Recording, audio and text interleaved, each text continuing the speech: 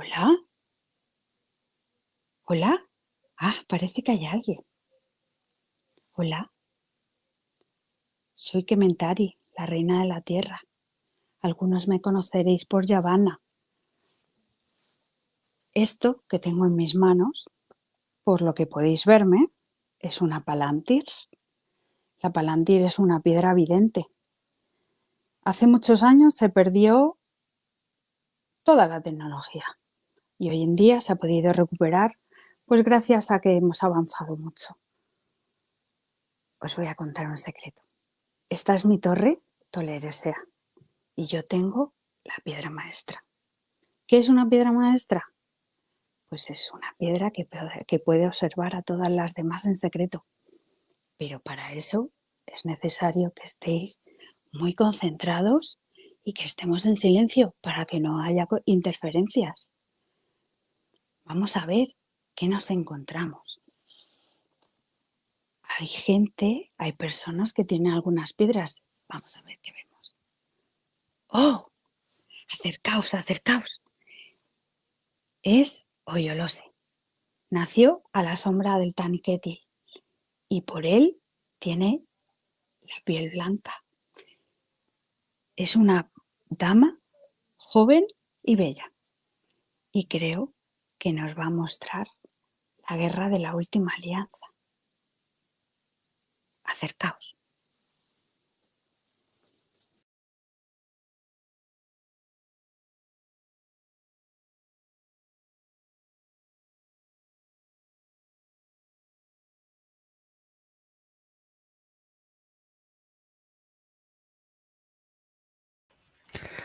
Oye, Los, está silenciada. Tienes que quitar el mute. Ahora. Gracias. De este modo, los exiliados de Númenor establecieron sus reinos en Arnor y en Gondor. Pero antes de que hubieran transcurrido muchos años, se hizo evidente que el enemigo, Sauron, también había regresado.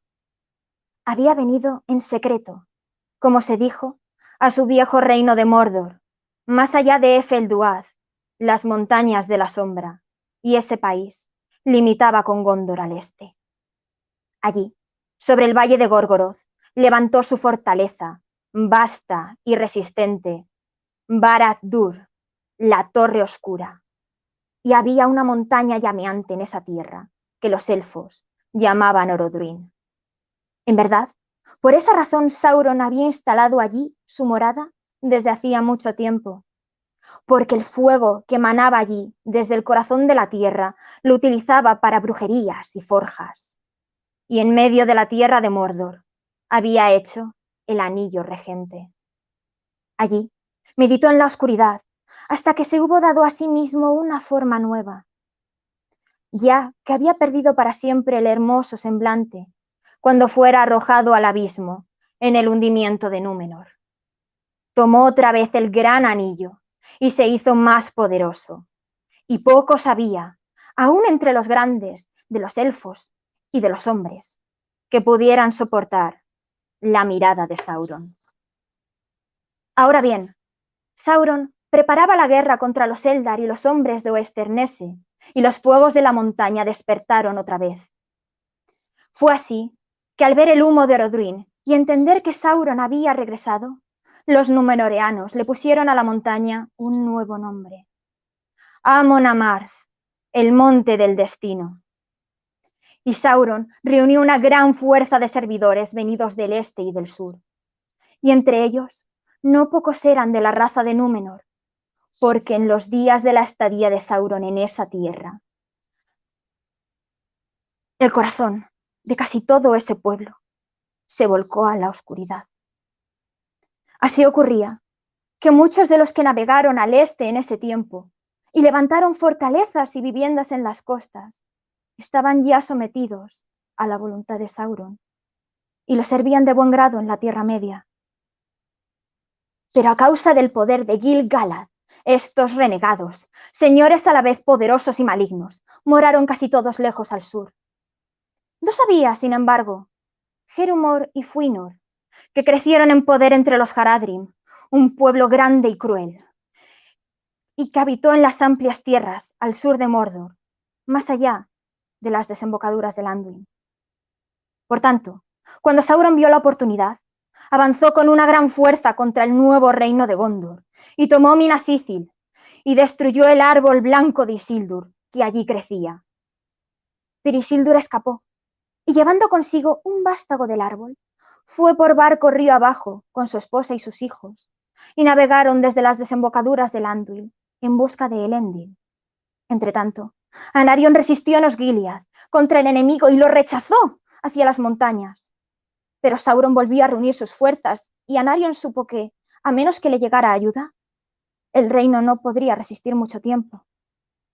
Ahora bien, Elendil y Gil-galad buscaron mutuo consejo, porque percibían que Sauron se volvería demasiado fuerte y que vencería a todos sus enemigos uno por uno, si no se unían todos contra él.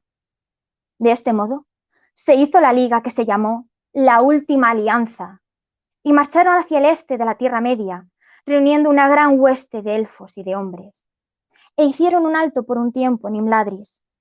Se dice que el ejército allí reunido era el más gallardo y más espléndido en armas que ningún otro visto desde entonces en la Tierra Media, y que el más numeroso desde que el ejército de los Valar avanzara sobre Zangorodrim. Desde Imladris cruzaron los pasos de las montañas nubladas y fueron río abajo por el Anduin, y así llegaron al fin sobre las huestes de Sauron en Dagorlad, la llanura de la batalla, que se extiende por delante de las puertas de la Tierra Negra. Todas las criaturas vivientes se dividieron ese día, y algunas de la misma especie, aun bestias y aves, estaban en uno o en otro bando, excepto los elfos. Solo ellos no estaban divididos y seguían a Gil-galad. De los enanos, pocos eran los que luchaban también en los dos bandos, pero el clan de Durin, de Moria, luchaba contra Sauron. El ejército de Gil-galad y Elendil obtuvo la victoria, porque el poder de los elfos era grande todavía en ese entonces, y los númenoreanos eran fuertes y altos, y terribles en la cólera. A Eglos, la espada de Gil-galad, nadie podía resistirse, y la espada de Elendil estremecía de miedo a orcos y hombres, porque resplandecía el sol y la luna, y se llamaba Narsil. Entonces, Gil-galad y Elendil entraron en Mordor y rodearon la fortaleza de Sauron, y la sitiaron durante 7 años, y sufrieron dolorosas pérdidas por el fuego, los dardos y las saetas del enemigo. Y Sauron se resistía, acosándolos. Allí, en el valle de Gorgoroth, Anarion, hijo de Elendil, fue muerto, y también otros muchos. Pero por último, el sitio fue tan riguroso que el mismo Sauron salió y luchó con Gil-galad y Elendil y los mató a ambos. Y cuando Elendil cayó, la espada se le quebró bajo el cuerpo. Pero Sauron también fue derribado y con la empuñadura desprendida de Narsil, Isildur cortó el anillo de la mano de Sauron y lo tomó. Entonces Sauron quedó vencido por el momento y abandonó el cuerpo, y su espíritu huyó a espacios distantes y se escondió en sitios baldíos, y durante largos años no volvió a tener forma visible.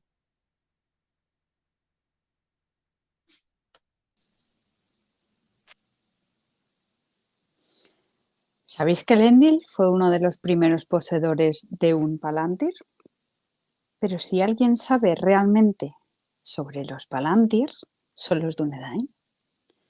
Y de entre ellos, la más versada es Silmarie. Vamos a ver qué podemos aprender de ella. Acompañadme. Las Palantiri no fueron nunca objeto de utilización o conocimiento corrientes, ni siquiera en Númenor. En la Tierra Media se conservaron en cuartos custodiados en muy altas torres. Solo los reyes, los gobernantes y los guardianes por ellos designados tenían acceso a las piedras, y nunca se consultaron ni se exhibieron en público. Gondor, después de los reyes, declinó hasta retroceder a una Edad Media con conocimientos menguantes y técnicas más sencillas. Las comunicaciones pasaron a depender de mensajeros y recaderos de a caballo o en momentos de urgencia de señales de luces. Y si las piedras de Anor y Orthanc se guardaban todavía como tesoros del pasado solo conocidos de muy pocos, las 7 piedras de antaño estaban, en general, olvidadas del pueblo. Las Palantiri eran esferas perfectas que cuando estaban en reposo parecían de vidrio o cristal y de un profundo color negro. Las más pequeñas tenían un pie poco más o menos de diámetro, pero algunas, como sin duda las piedras de Osgiliath y Amon-Sul, eran mucho más grandes y un solo hombre no podía alzarlas. Eran muy pesadas pero perfectamente pulidas y no se dañaban si por accidente o mala intención caían y rodaban por el suelo. La violencia del hombre no podía dañarlas, aunque algunos creían que un gran calor, como el de Orodruin, podría llegar a romperlas, y pensaban que ese había sido el destino de la piedra Ithil cuando la caída de Barad-dûr. Aunque sin señal externa alguna, tenían polos permanentes y estaban originalmente emplazadas de manera tal que se mantenían erguidas. Los diámetros de polo a polo apuntaban al centro de la Tierra, pero entonces el polo permanente inferior tuvo que haber estado en el fondo. Las caras a lo largo de la circunferencia en esta posición eran las caras receptoras, que recibían visiones de fuera, y las transmitían al ojo de un custodio en el extremo lejano. El custodio, por tanto, que quisiera mirar al oeste, tenía que colocarse en el lado este de la piedra, y si deseaba mirar hacia el norte, tenía que trasladarse hacia el sur. Pero las piedras menores, las de Orthanc, Ithil y Anor, y probablemente Annúminas, tenían también una orientación fija original, de modo que, por ejemplo, la cara oeste solo miraba al oeste, y girada en cualquier otra dirección no mostraba nada. Si una piedra quedaba desplazada o perturbada, era posible volverla a su posición original por observación, pero cuando se la movía o se caía, como sucedió con la piedra Orthanc, no era nada fácil reacomodarla. Así pues, fue por casualidad que Peregrine, mientras tocaba la piedra, la puso en tierra más o menos erguida, y situado al oeste de ella, colocó la cara que miraba al este en la posición adecuada. Las Palantiri solo eran capaces de ver, no transmitían sonido. Sin que una mente directora las gobernara, se descarriaban y sus visiones eran azarosas. La visión de las Palantiri no era cegada o impedida por obstáculos físicos, sino solo por la oscuridad, de modo que podían ver a través de una montaña como a través de una mancha opaca o una sombra, pero nada veían que no recibiera alguna luz. Podían ver a través de las paredes, pero nada veían dentro de cuartos, cuevas o bóvedas, a no ser que hubiera alguna luz en ellos, y no podían de por sí procurar o proyectar luz. Era posible protegerse contra su visión mediante un proceso llamado de amortajamiento, mediante el cual ciertas cosas o zonas se verían en una piedra solo como una sombra o una niebla profunda. ¿Cómo era esto posible? Es uno de los misterios perdidos de las Palantiri. Un observador podía, mediante un esfuerzo de voluntad, hacer que la visión de la piedra se concentrara en algún punto, próximo o directamente delante. Dominadas por la voluntad de un observador experimentado y fuerte, cosas más remotas podían ampliarse, acercarse o volverse más nítidas, mientras el fondo quedaba casi suprimido. Una gran concentración ampliaría algún detalle que interesara al observador, de modo que podría ver, por ejemplo, si llevaba un anillo en el dedo. Pero esta concentración resultaba muy fatigosa y podía concluir en un verdadero agotamiento. En consecuencia, solo se recurría a ella cuando la información era imperiosamente necesaria y la oportunidad hacía posible que el examinador escogiera algún detalle de entre el tumulto de las visiones de las piedras. Por ejemplo, Denethor, sentado ante la piedra Anor, inquieto por Rohan y pensando en la conveniencia de encender los panales y enviar la flecha, podría situarse en una línea directa orientada hacia el noroeste a través de Rohan, que pasara cerca de Edoras y por los vados de Lisen. En ese momento podría haber movimientos visibles de hombres en esa línea. En tal caso, Denethor podría concentrarse en un grupo, descubrir que son jinetes y reconocer una figura. La de Gandalf, que cabalgan con refuerzos al abismo de Helm y de pronto se separa y se dirige a la carrera hacia el norte.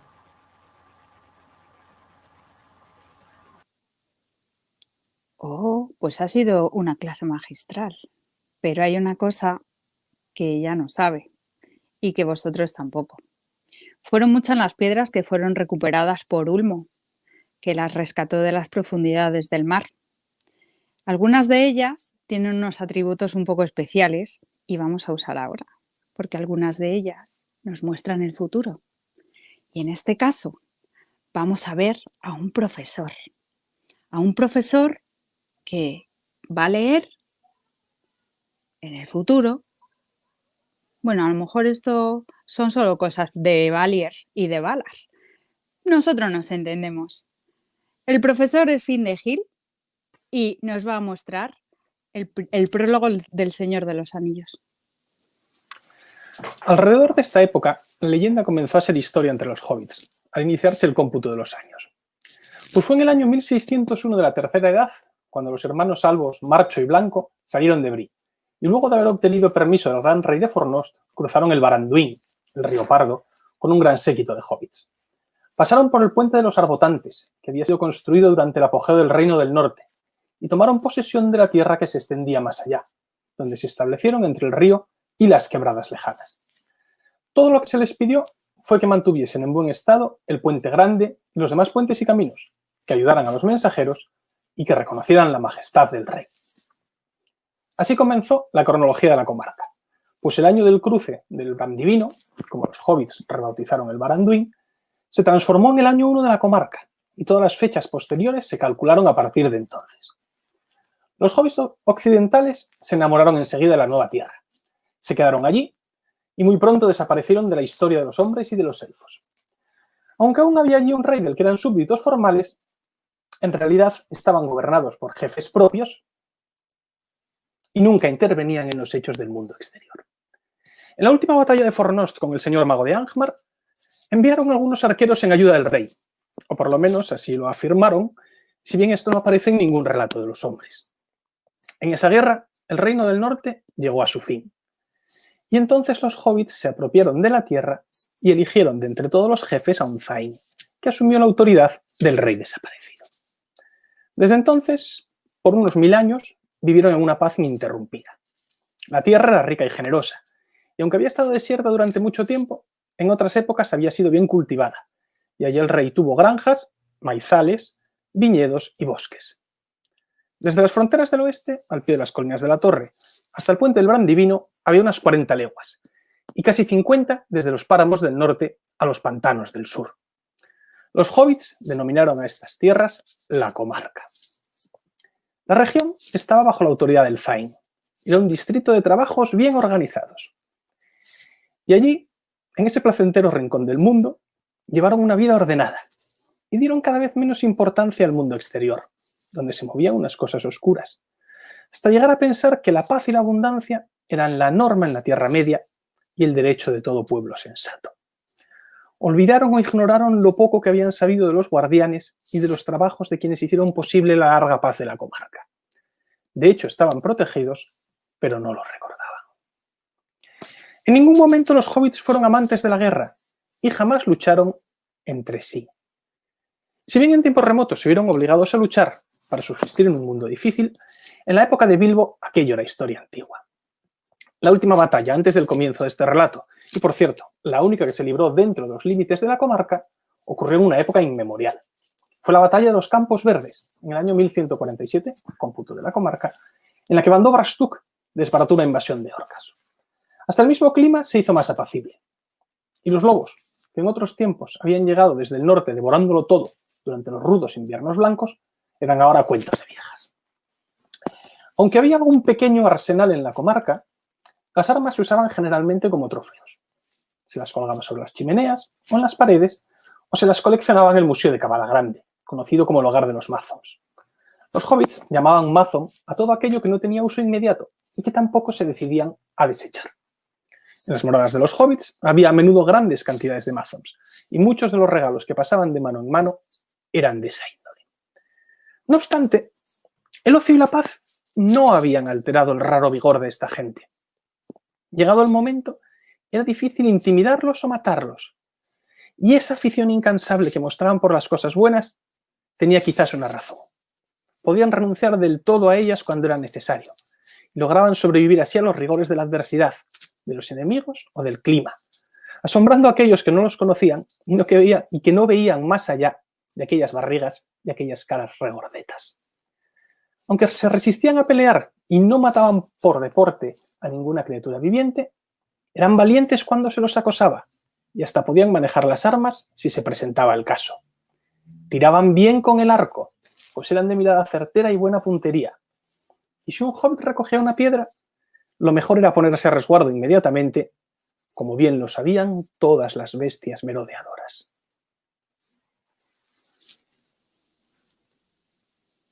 Pues parece que va a ser un libro interesante. ¿Qué os diría si os dijera, qué pensaríais si os dijera que el vacío intemporal no está tan vacío? Pues de él sale Kuma, propiamente la oscuridad. Y nos va a contar una historia dentro de una historia. Gandalf le cuenta a Frodo del viaje de los jinetes negros. Así fue que Sauron preparó 2 ataques en los que muchos vieron después la iniciación de la Guerra del Anillo. Los desencadenó ambos a un tiempo. Los orcos atacaron el reino de Thranduil con la orden de atrapar a Gollum, y el señor de Morgul fue enviado abiertamente a presentar batalla a Gondor. Estas cosas se hicieron a fines de junio de 3018. Así Sauron puso a prueba la fortaleza y el estado de alerta de Denethor, y vio que ambos eran mayores de lo que esperaba. Pero eso lo preocupó poco, pues utilizó escasas fuerzas en el ataque, y su principal propósito era que la salida de los Nazgûl parecía solo parte de su política de guerra contra Gondor. Por tanto, cuando Osgiliath fue tomada y destruido el puente, Sauron detuvo el ataque y se les ordenó a los Nazgûl que empezaran la búsqueda del anillo. Pero Sauron no desestimaba los poderes y la vigilancia de los sabios, y se les ordenó a los Nazgûl que actuaran con tanto secreto como les fuera posible. Ahora bien, por aquel entonces el capitán de los espectros de los anillos vivía en Minas Morgul, con 6 compañeros, mientras que el segundo jefe, Camul la Sombra del Este, vivía en Dol Guldur como teniente de Sauron, junto con otro espectro que le servía de mensajero. El señor de Morgul, por tanto, condujo a sus compañeros al otro lado del Anduin, desnudo y sin montura, e invisible a la mirada, y no obstante provocando el terror de cuanta criatura viviente tuvieran cerca. Fue quizás el primer día de julio cuando se pusieron en camino. Avanzaban lentamente y con sigilo por Anorien y cruzando el Endwade, y así llegaron al páramo, y el rumor de la oscuridad y el temor de los hombres cundieron sin que se supiera por qué. Llegaron a las márgenes occidentales del Anduin, algo al norte de Sangevir, donde tenían cita, y allí recibieron caballos y vestidos que habían sido transportados secretamente por el río.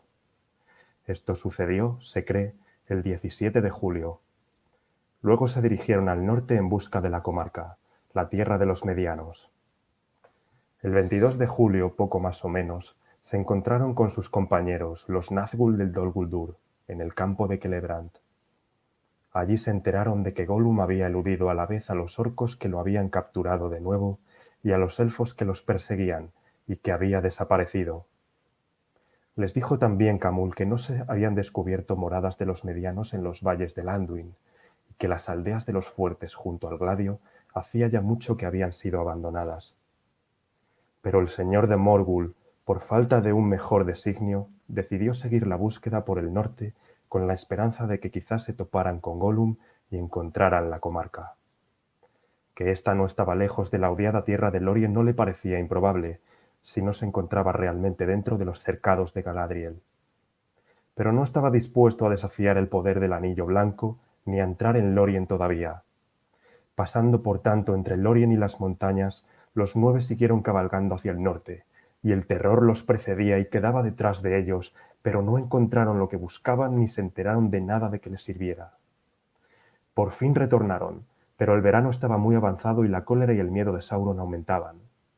Cuando volvieron al páramo era ya septiembre, y allí encontraron mensajeros de Barad-dûr con amenazas de su amo, que los llenaron de consternación aun al señor de Morgul. Porque Sauron se había enterado ahora de las palabras proféticas escuchadas en Gondor, y la partida de Boromir, y los hechos de Saruman y la captura de Gandalf. De todas estas cosas concluyó que ni Saruman ni ninguno de los sabios estaba todavía en posesión del anillo, pero que Saruman cuando menos sabía dónde podría estar oculto. Solo la rapidez valdría ahora y no era momento de secretos. Se ordenó por tanto a los espectros de los anillos que fueran directamente a Isengard. Cabalgaron velozmente a través de Rohan y el terror de su paso fue tan grande que muchos abandonaron la tierra y se esparcieron en desorden por el norte y el oeste, convencidos de que la guerra del este venía tras los talones de los caballos negros. 2 días después de que Gandalf hubiera partido de Ordang, el señor de Morgul se detuvo frente a las puertas de Isengard. Entonces Saruman, a quien la huida de Gandalf llenaba de cólera y miedo, comprendió el peligro de encontrarse entre enemigos, tachado de traidor por ambos. Tuvo mucho miedo, porque la esperanza de engañar a Sauron, o al menos de recibir su favor en la victoria, se había desvanecido para siempre. Ahora él mismo obtenía el anillo o estaba condenado a la ruina y el tormento. Pero todavía era cauteloso y astuto, y había tomado disposiciones en Isengard para el día en que tuviera que enfrentar tan desdichada circunstancia. El círculo de Isengard era demasiado resistente como para que incluso el señor de Morgul y sus compañeros pudieran atacarlo sin la ayuda de grandes fuerzas. Por tanto, el desafío y las exigencias del señor solo recibieron la respuesta de la voz de Saruman, que por algún arte de encantamiento parecían salir de las puertas mismas. No es una tierra lo que buscáis, decía. Sé lo que buscáis aunque no lo nombréis. No lo tengo, aunque sin duda vuestros servidores lo saben sin que yo lo diga. Porque si yo lo tuviera, os inclinaríais ante mí y me llamaríais Señor.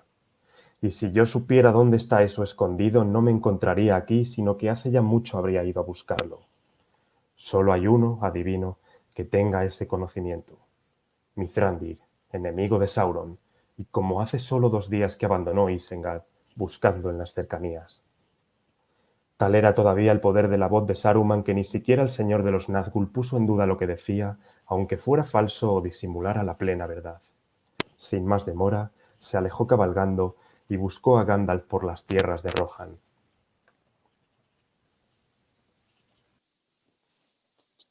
¿Qué pasaría si una de las piedras acabara en un mundo que ni siquiera yo conozco? Pues parece que eso nos lo va a contar un caballero con un nombre tan importante y sonoro como él mismo, Nir-Naeth. Escuchad. Aya Tolkien-Dilly, os voy a leer un fragmento de los papeles del Notion Club.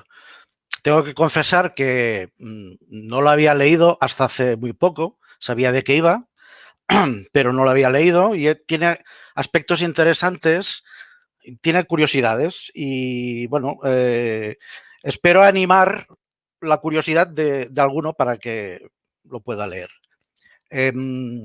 Sí que es una obra un poco rara, incluso onírica o hasta freudiana, diría, ¿no? Claro, Tolkien hablando del futuro, situando la acción en el 2000 y algo, cuando murió en el 73. En el 2000 y algo alguien encuentra unas actas de unos tíos de Oxford que se reunían en el año 1980 y algo, el Notion Club, bueno, digamos que referencia clara a los Inklings. Y bueno, pues es un poco diferente. De las cosas que me llamaron la atención, os voy a spoilear una. No sé si veis por ahí un dibujo. Este es un dibujo de Tolkien. En un momento, al principio de lo que os voy a leer, sale una exclamación que alguien dice Oulamu, Oulamu. Pues Oulamu es este dibujo que hizo Tolkien para exorcizar los miedos de su hijo Michael, que se sentía observado en la oscuridad, ¿no? Bueno, esto lo explicaría mejor Seller Kala que yo, que conoce bastante de ilustraciones.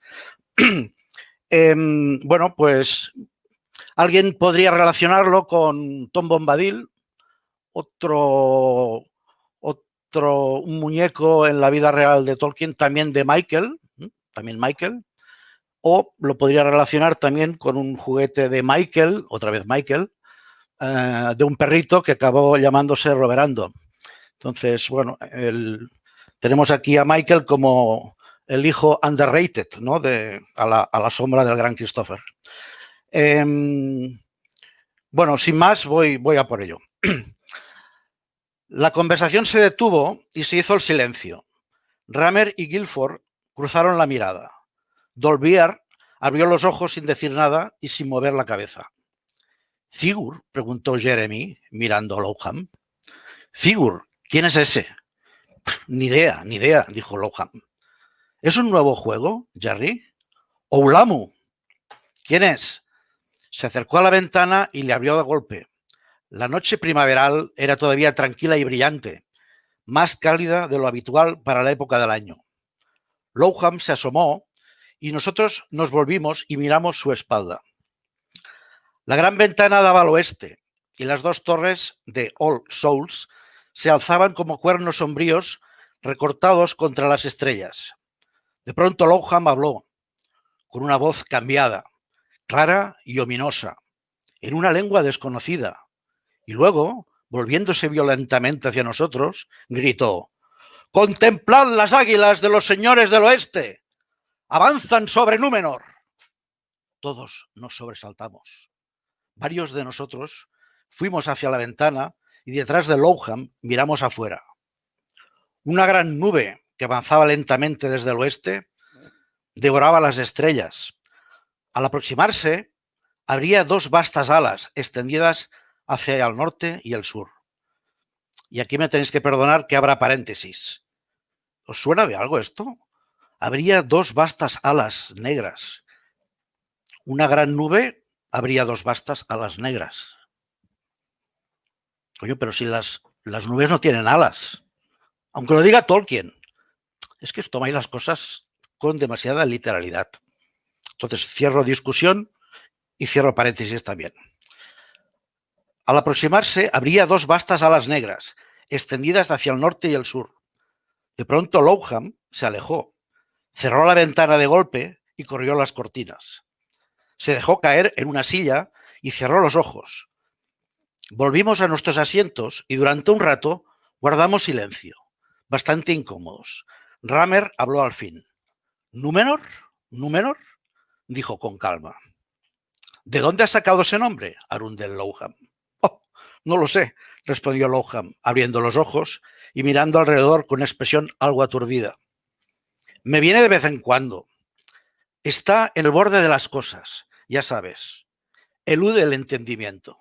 Es como recobrar el sentido después del gas. Pero esta primavera me viene con más frecuencia de lo habitual. Lo siento. ¿He hecho alguna cosa extraña o algo impropio de mi viejo y tranquilo yo?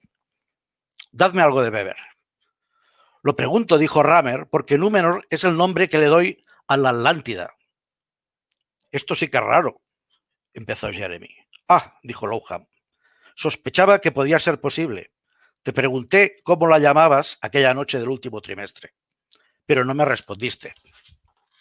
«Bueno, esto cambia las cosas», dijo Dolbear, que ahora estaba despierto del todo.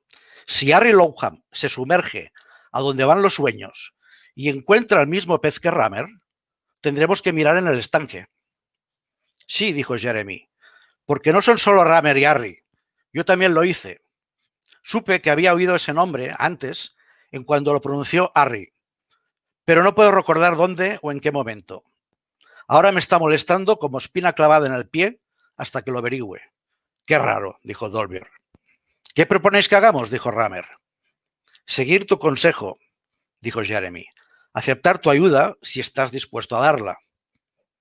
Seguir un programa de entrenamiento de la memoria según el sistema Rufus Ramer y ver lo que pescamos», dijo Lowham. «Siento como si algo quisiera salir afuera y me gustaría sacarlo u olvidarlo». «Todo esto me tiene un poco confundido», dijo Parkinson. «Es evidente que me he perdido algo. Philip me habló un poco de las revelaciones de Ramer el trimestre pasado, pero todavía estoy bastante despistado. ¿No podrías contarnos algo, Lowham, para aclarar un poco las cosas?» «No, la verdad es que estoy terriblemente cansado», dijo Lowham. «Lo mejor es que te leas las actas. Si Nick las ha escrito ya. Espero que sí. Es bastante regular y bastante preciso, aunque un poco duro conmigo. Y ven a la próxima reunión. Será mejor que sea dentro de 15 días, creo.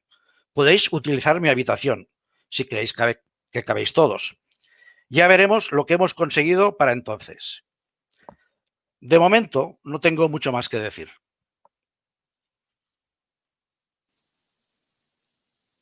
Qué mundos tan maravillosos y tan extraños. ¿Pero qué veo?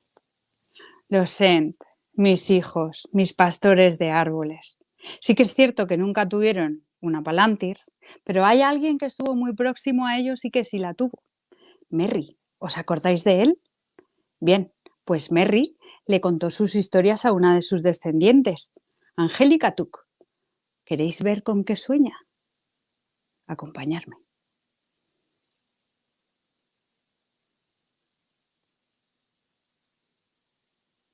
¿O no?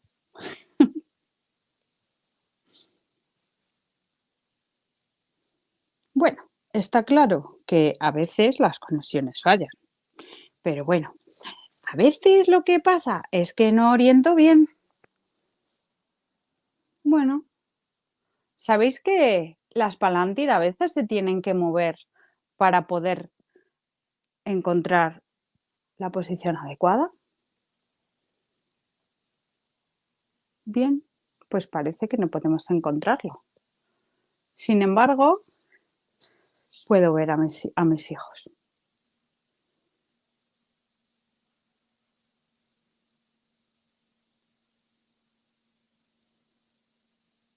¿Creéis que esta será una posición adecuada? No lo tengo tan claro. Vamos a ver si encontramos otro Palantir.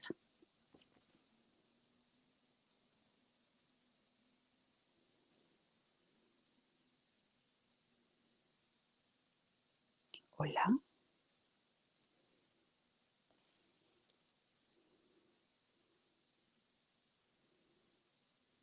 Hola. Parece que hemos pedido una poca...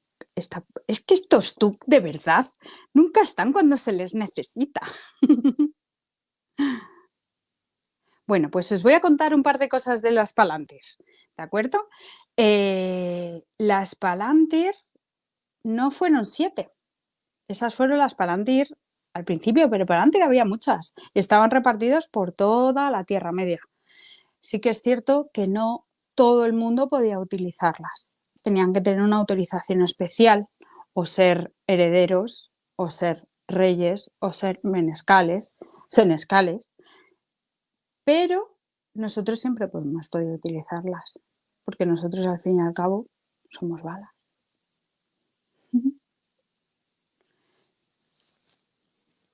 Si alguna vez os encontráis una Palantir, tenéis que tener cuidado, pero no hace falta que le tengáis miedo tampoco, porque las Palantir solo fueron peligrosas en tiempos de Sauron.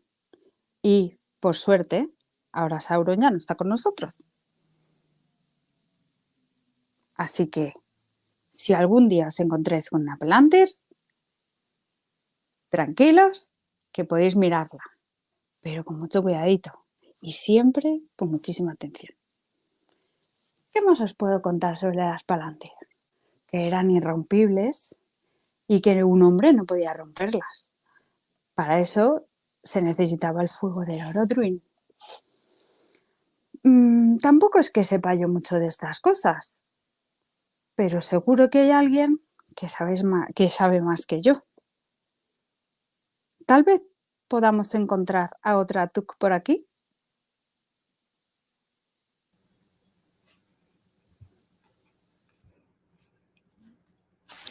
Justo a la puerta de la iglesia, el dragón se dio por vencido. Se tumbó resollando en medio del camino. Garm llegó y le husmeó la cola, pero Crisófilax era ya incapaz de sentir vergüenza. «Buenas gentes y valiente guerrero», resopló cuando Egidio el granjero llegó a su altura y mientras los aldeanos se agrupaban a su alrededor a una distancia prudencial, con horcas, estacas y atizadores en las manos. «Buenas gentes, no me matéis, soy muy rico. Pagaré por todo el daño que haya hecho. Pagaré los funerales de todos los que haya matado, en particular el del párroco de Oakley. Tendrá un cenotafio regio, aunque era bastante delgado. A todos vosotros os regalaré una buena suma si consentís en dejarme ir a casa a traerla». «¿Cuánto?», dijo el granjero. «Bueno», dijo el dragón, intentando calcular con rapidez. Vio que la gente era mucha. «¿38 peniques cada uno?»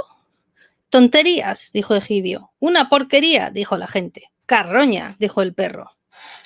«2 guineas de oro cada uno ¿Y los niños la mitad? Dijo el dragón. ¿Y para los perros qué? Dijo Garm. Continuad, dijo el granjero, somos todo oídos. 10 libras y una bolsa de plata por vecino y un collar de oro para los perros, dijo Crisófilax con ansiedad. ¡Mátalo! Gritó la gente que comentaba impacientarse. Una bolsa de oro para cada uno y diamantes para las damas, se apresuró a añadir Crisófilax. Ahora empezáis a entrar en razón, aunque no del todo, dijo Egidio el granjero. Te has vuelto a olvidar de los perros, dijo Garm.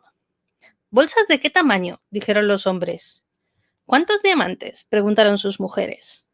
Dios mío, será mi ruina, gimió el dragón. Os lo merecéis, dijo Egidio. Podéis elegir entre quedar arruinado o muerto donde estáis. Blandió a tajarrabos y el dragón se acobardó. Decídete, dijo la gente, cada vez más atrevida y acercándose más. Crisófilax disimuló, pero en su fuero interno soltó la risa, un espasmo silencioso que nadie percibió. El regateo había comenzado a divertirlo. Resultaba evidente que aquella gente quería obtener algo. Conocían muy poco los caminos del ancho y pérfido mundo. En realidad, no quedaba nadie con vida en todo el reino que tuviese una experiencia auténtica en el trato con los dragones y sus añagazas. Crisófilax estaba recuperando el aliento, y con él su sagacidad. Se pasó la lengua por los labios. «Estipulad la cantidad vosotros mismos», dijo. Todos comenzaron a hablar a la vez. Crisófilax escuchaba con interés. Solo una voz le inquietaba, la del herrero. «Nada bueno saldrá de todo esto, recordad mis palabras», decía. «Los reptiles jamás regresan, digáis lo que digáis, pero en cualquier caso de esto no puede salir nada bueno». «No entres en el trato si no te gusta», le dijeron. Y así continuaron porfiando sin hacer mayor caso del dragón. Crisófilax levantó la cabeza. Pero si había pensado saltar sobre ellos o escabullirse durante la discusión, se sintió defraudado. El granjero Egidio estaba junto a él, mordisqueando una paja y cavilando, pero con tajarrabos en la mano y sin quitarle ojo al dragón. «Sigue echado donde estás», dijo, «o recibirás tu merecido haya o no haya oro». El dragón se aplastó contra el suelo. Por fin nombraron portavoz al párroco, quien se adelantó junto a Egidio. «Bestia vil», dijo, «debes traer hasta este lugar todas tus ilícitas riquezas y después de compensar a todos aquellos a los que has hecho daño, nosotros nos repartiremos el resto equitativamente. Luego, si prometes solemnemente no volver a inquietar a nuestras tierras ni incitar a otro monstruo a molestarnos, te dejaremos regresar a casa con la cabeza y la cola íntegras. Y ahora harás juramentos tan solemnes de que vas a volver con el rescate que incluso la conciencia de un reptil se ha de sentir obligada a cumplirlos». Crisófilax aceptó, después de unas muestras convincentes de sentir dudas. Hasta lamentando su ruina derramó lágrimas ardientes que formaron humeantes charcos en el suelo, pero no lograron conmover a nadie. Hizo numerosos juramentos, solemnes y sobrecogedores, de que regresaría con todas sus riquezas para la fiesta de San Hilario y San Félix, lo que le concedía un plazo de 8 días, tiempo demasiado corto para el viaje, como incluso los legos en geografía podrían haber comprendido. Sin embargo, le permitieron marchar y lo escoltaron hasta el puente. «Hasta nuestro próximo encuentro», dijo al cruzar el río. «Estoy seguro de que todos lo estaremos esperando con ansiedad». «Nosotros desde luego sí», le contestaron. Eran a todas luces unos estúpidos.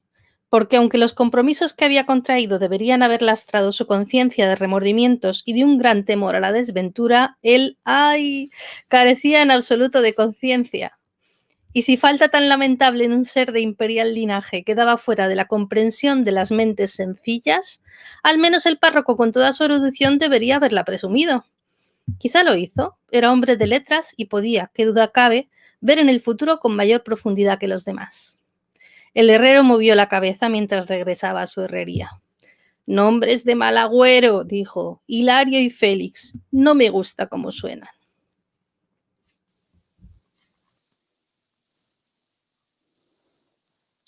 Bueno, pues Finduriel, ¿sabéis quién era?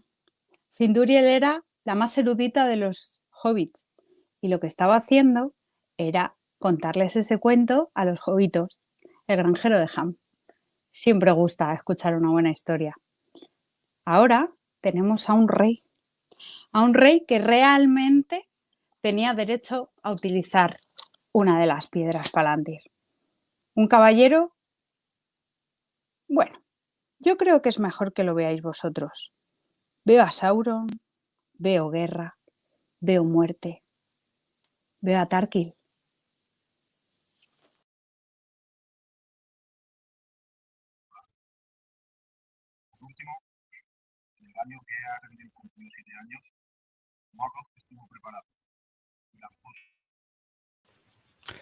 Tarkil, se te oye muy bajito. Mira a ver dónde tienes el micro, se te oye muy bajito.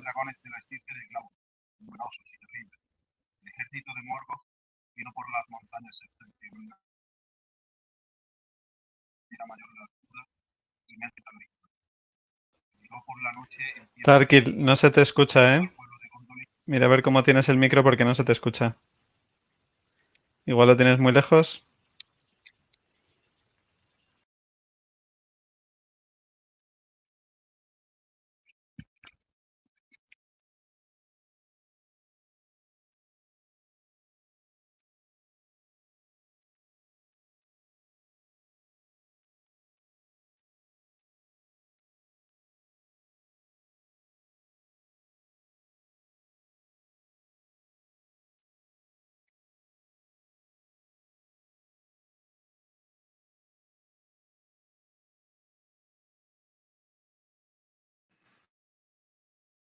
¿Se me escucha?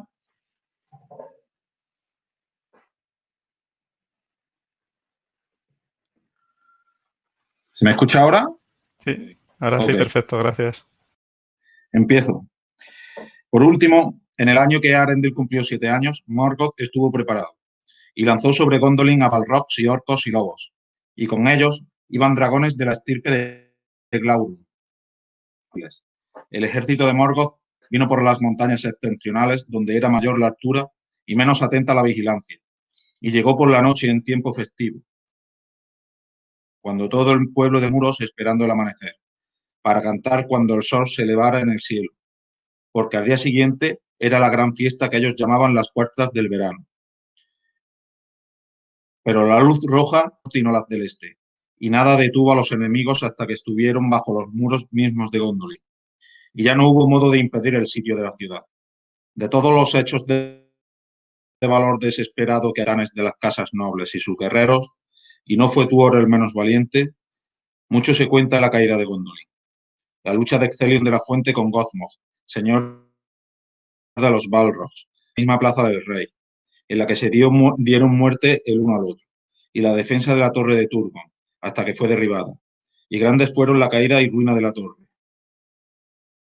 Y la caída intentó rescatar a Idril del pillaje de la ciudad, pero Maeglin se había apoderado de ella y de Arendil, y Tuor luchó con Maeglin sobre los muros, y lo arrojó. Maeglin cayó y dio 3 veces contra las rocosas pendientes de Amon Wareth, antes de hundirse en las llamas que ardían abajo. Entonces, Tuor e Idril condujeron a los pocos del pueblo de Gondolin que pudieron reunir en la confusión del incendio por el camino secreto que Idril había preparado. Y de ese pasaje, los capitanes de Amman nada sabían, y no pensaron que ningún fugitivo tomara camino hacia el norte y las cimas de las montañas, y el más próximo a Angband. El humo del incendio y el vapor de las hermosas fuentes de Gondolin, que se marchitaban en las llamas de los dragones del norte, desde el valle del Tumladen, en luctuosas tinieblas, y así fue favorecida la huida de Tuor y los suyos, porque aún tenían que recorrer un camino largo y descubierto desde la boca del túnel hasta... No obstante, llegaron allí y más allá de toda esperanza, treparon con dolor y desconsuelo, porque esas altas cimas eran frías y espantosas, y tenían entre ellos muchos heridos niños. Había un pasaje terrible, Kirith Thornath se llamaba, la grieta de las águilas, donde a la sombra de los picos más altos serpeaba un estrecho sendero. Había un precipicio abismal, y a la izquierda una pendiente tremenda descendía al vacío. A lo largo de ese estrecho sendero marchaban en línea. Cuando cayeron en una emboscada, había montado guardia en las colinas de alrededor, y un Balrog estaba con ellos. La situación entonces fue espantosa, y difícilmente podrían haberlo salvado el valor de Glorfindel, jefe de la Casa de la Flor Dorada de Gondolin, si Thorondor no hubiera llegado en el momento oportuno. Muchos son los cantos que se han cantado el duelo de Glorfindel con el Balrog sobre el pie. y ambos cayeron perdiéndose en el abismo. Pero las águilas se lanzaron sobre los orcos, que retrocedieron chillando, y todos fueron muertos o arrojados a las profundidades. Nada supo de la huida desde Gondolin hasta mucho después. Entonces, Thorondor rescató el cuerpo de Glorfindel del abismo y lo sepultaron bajo un montículo de piedra, y allí crecieron hierbas verdes, y de la esterilidad de la piedra nacieron flores amarillas, hasta que el mundo cambió. Así, conducidos por Tuor, hijo de Huor, el resto de los pasaron por encima de las montañas, y descendió al valle del Sirion, y huyeron hacia el sur por fatigosas y peligrosas sendas. Arribó por fin a Nan Tathren, la tierra de los sauces, porque el poder de Ulmo estaba aún en el gran río y alrededor. Allí descansaron un tiempo y se curaron de las heridas y el cansancio, pero el dolor no pudieron curarse. Y celebraron la memoria de Gondolin y de los elfos que habían perecido allí, las doncellas, y las esposas y los guerreros del rey. Y por el amado Glorfindel muchos fueron los cantos que se oyeron bajo los sauces de Nan Tathren, en la declinación del año. Allí compuso Tuor una canción para su hijo Eärendil, en la que contaba la llegada de Ulmo, el señor de las aguas, a las costas de Nebrats, en tiempos pasados. Y la noche por el mar despertó en el corazón de Tuor y también en el de su hijo. Por tanto, Idril y Tuor partieron de Nan Tathren y se dirigieron hacia el sur, río abajo, del mar, y vivieron allí junto a las desembocaduras del Sirion, y se unieron a las gentes de Elwyn, hija de Dior, que había huido allí solo un tiempo antes. Y cuando llegó a Valar la noticia de la muerte de Turgon, Ereinion Gil-galad, hijo de Fingon, fue designado rey supremo de los Noldor en la Tierra Media. Vaya. ¿Sabéis que a veces ocurren los milagros? Pues la tercera edad consiguió un milagro que fue que uno de los Silmaril se hiciera realidad y se convirtiera en una persona. Y la tenemos hoy aquí, hablando de los Silmaril. En ese tiempo se hizo la que luego tuvo más renombre entre las obras de los elfos, porque Fëanor, llegado a la plenitud de su capacidad, había concebido un nuevo pensamiento, o quizás ocurrió que una sombra de presciencia le había llegado del destino que se acercaba, y se preguntaba cómo la luz de los árboles, la gloria del reino bendecido, podría preservarse de un modo imperecedero. Entonces inició una faena larga y secreta, recurriendo a toda la ciencia y el poder que poseía y sus sutiles habilidades, y al cabo hizo los Silmarils. Los Silmarils tenían la forma de 3 grandes joyas, pero no hasta el fin, cuando regrese Fëanor, que pereció antes de que el sol apareciese y que se sienta ahora en las estancias de espera y no vuelva entre los suyos, no hasta que el sol transcurra y caiga la luna, se conocerá la sustancia de que fueron hechos. Tenía la apariencia del cristal de diamante, y sin embargo era más inquebrantable todavía, de modo que ninguna violencia podía dañarla o romperla en el reino de Arda. No obstante, ese cristal era a los Silmarils lo que es el cuerpo a los hijos de Ilúvatar, la casa del fuego interior, que está dentro de él y sin embargo también en todas sus partes, y que le da la vida. Y el fuego interior de los Silmarils lo hizo Fëanor con la luz mezclada de los árboles de Valinor, que vive todavía en ellos, aunque los árboles hace ya mucho que se han marchitado y ya no brillan. Por tanto, aun en la oscuridad de las más profundas arcas, los Silmarils resplandecían con luz propia, como las estrellas de Barda, y sin embargo, como si fueran en verdad criaturas vivientes, se regocijaban en la luz y la recibían y la devolvían con matices aún más maravillosos. Todos los que vivían en Amán sintieron asombro y deleite ante la obra de Fëanor, y Barda consagró los Silmarils, de modo que en adelante ninguna carne mortal, ni manos maculadas, ni nada maligno podría tocarlos sin quemarse y marchitarse. Y Mandos predijo que ellos guardaban dentro los destinos de Arda, la tierra, el mar y el aire. El corazón de Fëanor estaba estrechamente apegado a esas cosas que él mismo había hecho. Entonces Melkor codició los Silmarils, y le bastaba recordar cómo brillaban para que un fuego le reviese el corazón. De allí en adelante, inflamado por este deseo, buscó ansiosamente y aún más que antes la manera de destruir a Fëanor y de poner fin a la amistad entre los Valar y los elfos, pero ocultó estos propósitos con astucia, y ninguna malicia podía verse en el semblante que mostraba. Mucho tiempo trabajó y lentos al principio y baldíos fueron sus afanes, pero al que siembra mentiras le llega a la larga el tiempo de la cosecha y pronto puede echarse a descansar mientras otros recogen y siembran en vez de él. Aún Melkor encontró oídos que lo escucharan y algunas lenguas que agrandaran lo que habían oído, y sus mentiras pasaron de amigo a amigo como secretos cuyo conocimiento prueba la inteligencia de quien los revela. Amargamente pagaron los nordos la locura de haberle prestado oídos en los días que siguieron después. Cuando vio que muchos lo aceptaban, Melkor anduvo con frecuencia entre ellos, y junto con las palabras dulces entretejía otras, con tanta sutileza que muchos de los que las escuchaban creían al recordarlas que eran pensamientos propios. Conjuraba visiones en sus corazones de los poderosos reinos del este que podrían haber gobernado a voluntad, y cundió el rumor de que los Valar habían llevado a los Eldar a Amán por causa de los celos, temiendo que la belleza de los Quendi y la capacidad de creación con que Ilúvatar los había dotado se volvieran excesivas y que los Valar no fueran capaces de gobernarlos, mientras los elfos medraban y se extendían por las anchas tierras del mundo. En esos días, aunque los Valar tenían conocimiento de la próxima llegada de los hombres, los elfos nada sabían aún, pues Manwë no lo había revelado. Pero Melkor les habló en secreto de los hombres mortales, viendo cómo el silencio de los Valar podría torcerse para mal. Poco sabía él de los hombres, pues inmerso en sus propios pensamientos musicales, apenas había prestado atención al tercer tema de Ilúvatar, pero se decía ahora entre los elfos que Manwë mantenía cautivos a los hombres, para que al fin llegaran a suplantar a los elfos en los reinos de la Tierra Media, porque advertían los Valar que no les sería tan difícil someter a esta raza de corta vida y más débil, arrebatando así a los elfos el legado que Ilúvatar les reservaba. Poca verdad había en esto, y jamás lograron los Valar tener gran dominio de la voluntad de los hombres, pero muchos de los Noldor creyeron, o creyeron a medias, estas palabras malignas. Así pues, antes de que los Valar se dieran cuenta, la paz de Valinor fue envenenada. Los Noldor empezaron a murmurar contra ellos, y el orgullo dominó a muchos, que olvidaron cuánto de lo que tenían y conocían era don de los Valar.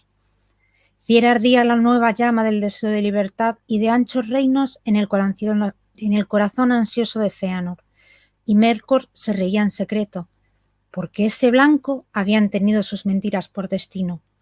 Era a Fëanor a quien odiaba sobre todo, codiciando siempre los Silmarils. Pero a estos no les estaba permitido acercarse, porque aunque Fëanor los llevaba a las grandes fiestas, brillantes sobre la frente, en toda otra ocasión estaban celosamente guardados en las cámaras profundas del tesoro de Tirion. Porque Fëanor empezó a amar los Silmarils con amor codicioso, y los ocultaba a todos excepto a su padre y a sus 7 hijos. Rara vez recordaba ahora que la luz que guardaban no era la luz de él. Un Tuk es como un mago. Nunca va a llegar pronto ni va a llegar tarde. Va a llegar cuando tiene que llegar. Angélica. Bárbol trepó por la loma, aflojando apenas el paso. De pronto los hobbits vieron ante ellos una amplia abertura. 2 grandes árboles se erguían allí, uno a cada lado, como montantes vivientes de una puerta, pero no había otra puerta que las ramas que se entrecruzaban y se entretejían. Cuando el viejo Ent se acercó, los árboles levantaron las ramas y las hojas se estremecieron y susurraron, pues eran árboles perennes, y las hojas eran oscuras y lustrosas, y brillaban a la luz crepuscular. Más allá se abría un espacio amplio y liso, como el suelo de una sala enorme tallado en la colina. A cada lado se elevaban las paredes, hasta una altura de 50 pies, o más, y a lo largo de las paredes crecía una hilera de árboles, cada vez más altos a medida que Bárbol avanzaba. La pared del fondo era perpendicular, pero al pie habían cavado una abertura de techo abovedado, el único techo del recinto, excepto las ramas de los árboles, que en el extremo interior daban sombra a todo el suelo, dejando solo una senda ancha en el medio. Un arroyo escapaba de los manantiales de arriba y, abandonando el curso mayor, caía tintineando por la cara perpendicular de la pared, derramándose en gotas de plata, como una delgada cortina delante de la abertura abovedada. El agua se juntaba de nuevo en una concavidad de piedra entre los árboles, y luego corría junto al sendero y salía a unirse al entaguas que se internaba en el bosque. Aquí estamos, dijo Bárbol, quebrando el largo silencio. Os he traído conmigo unos 70.000 pasos de Ent, pero no sé cuánto es eso en las medidas de vuestras tierras. De cualquier modo, estamos cerca de las raíces de la última morada. Parte del nombre de este lugar podría ser Sala del Manantial, si lo traducimos a vuestro lenguaje. Me gusta. Pasaremos aquí la noche. Puso a los hobbits en la hierba entre las hileras de árboles, y ellos lo siguieron hacia la gran bóveda. Los hobbits notaron ahora que Bárbol apenas doblaba las rodillas al caminar, pero que los pasos eran largos. Plantaba en el suelo ante todo los dedos gordos, y eran gordos en verdad, y muy anchos, antes de apoyar el resto del pie. Bárbol se detuvo un momento bajo la llovizna del manantial y respiró profundamente, luego se rió y entró. Allí había una gran mesa de piedra, pero ninguna silla. En el fondo de la bóveda se apretaban las sombras. Bárbol tomó 2 vasijas grandes y las puso en la mesa.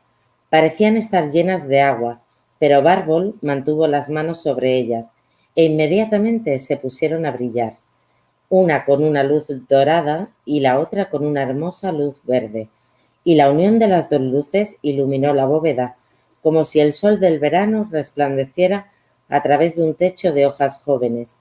Mirando hacia atrás, los hobbits vieron que los árboles del patio brillaban también ahora, débilmente al principio, pero luego más y más, hasta que en todas las hojas aparecieron nimbos de luz, algunos verdes, otros dorados, otros rojos como el cobre, y los troncos de los árboles parecían pilares de piedra luminosa. Bueno, ahora podemos hablar otra vez, dijo Bárbol. ¿Tenéis sed, supongo? Quizá también estéis cansados. Bebed. Fue hasta el fondo de la bóveda donde se alineaban unas jarras de piedra, con tapas pesadas. Sacó una de las tapas y metió un cucharón en la jarra. Y llenó 3 tazones, uno grande y otros 2 pequeños. «Esta es una casa de Ent», dijo, «y no hay asientos, me temo. Pero podéis sentaros en la mesa». Alzando un vilo a los hobbits, los sentó en la gran losa de piedra, a unos 6 pies del suelo, y allí se quedaron balanceando las piernas y bebiendo a pequeños sorbos. La bebida parecía agua, y en verdad el gusto era parecido al de los tragos que habían bebido antes a orillas del Entaguas, cerca de los lindes del bosque. Y sin embargo tenía también un aroma o un sabor que ellos no podían describir. Era débil, pero les recordaba el olor de un bosque distante, que una brisa nocturna trae desde lejos. El efecto de la bebida comenzó a sentirse en los dedos de los pies, y subió firmemente por todos los miembros, refrescándolos y vigorizándolos, hasta las puntas mismas de los cabellos. En verdad los hobbits sintieron que se les erizaban los cabellos, que ondeaban y se rizaban y crecían. En cuanto a Bárbol, primero se lavó los pies en el estanque de más allá del arco, y luego vació el tazón de un solo trago, largo y lento. Los hobbits pensaron que nunca dejaría de beber. Parece que esto empieza a cansarme ya. Las fuerzas se me agotan, aunque soy una Valier. Todo tiene su límite. Pero siempre tengo fuerzas para escuchar a una verdadera reina regente de Númenor. Por supuesto. Fue tan valiente que no perdió la esperanza para poder salvar a su pueblo. Y aunque no pudo hacerlo, tampoco hubiera podido salvar a Fingolfin. Miriel.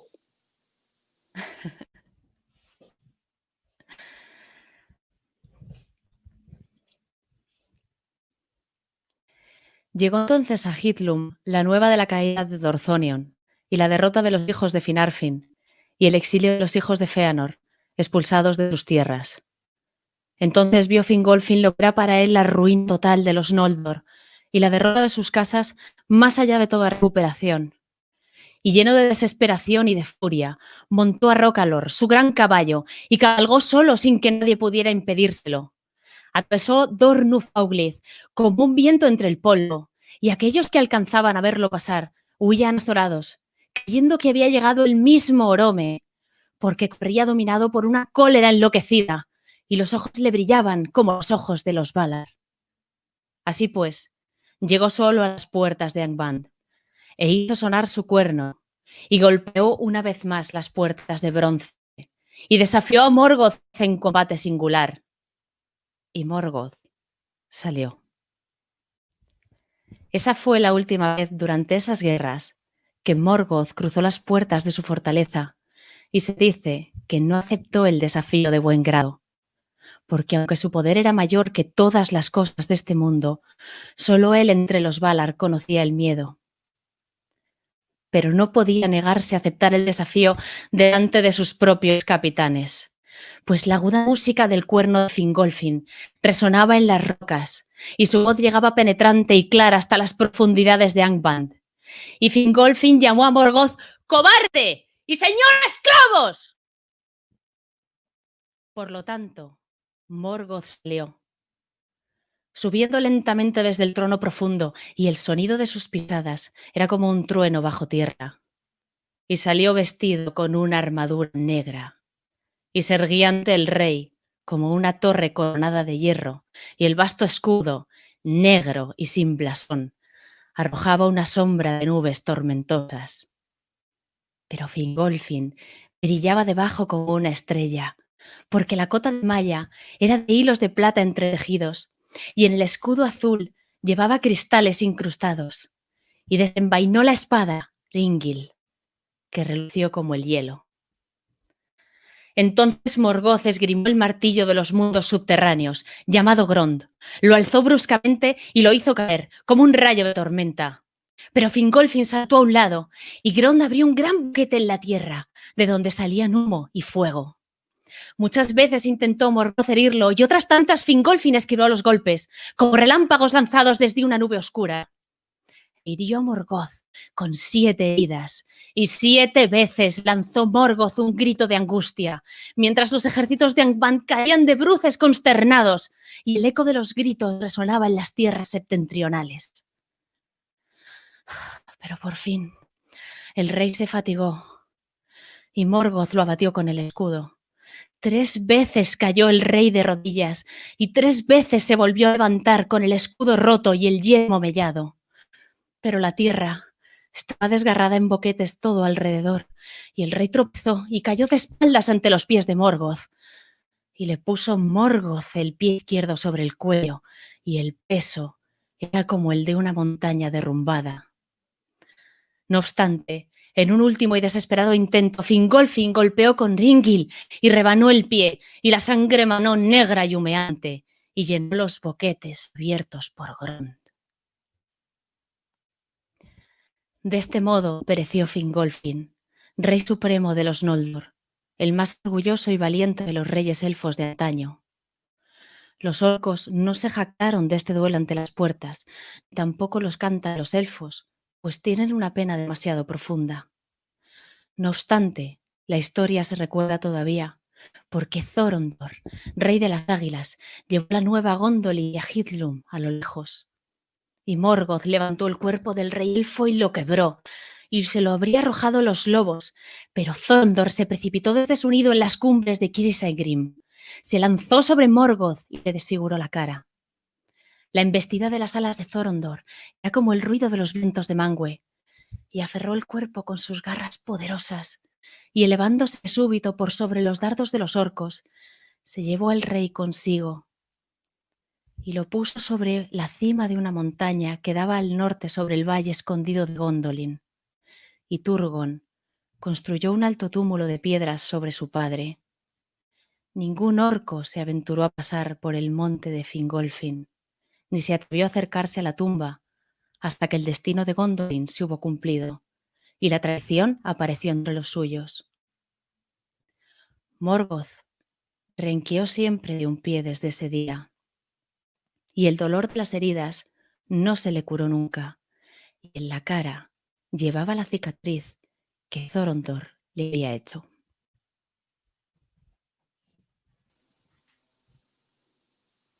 Bueno, y todo llega a su fin. Las piedras han sido amortajadas. Espero que hayáis disfrutado, pero sobre todo que hayáis aprendido. Adiós.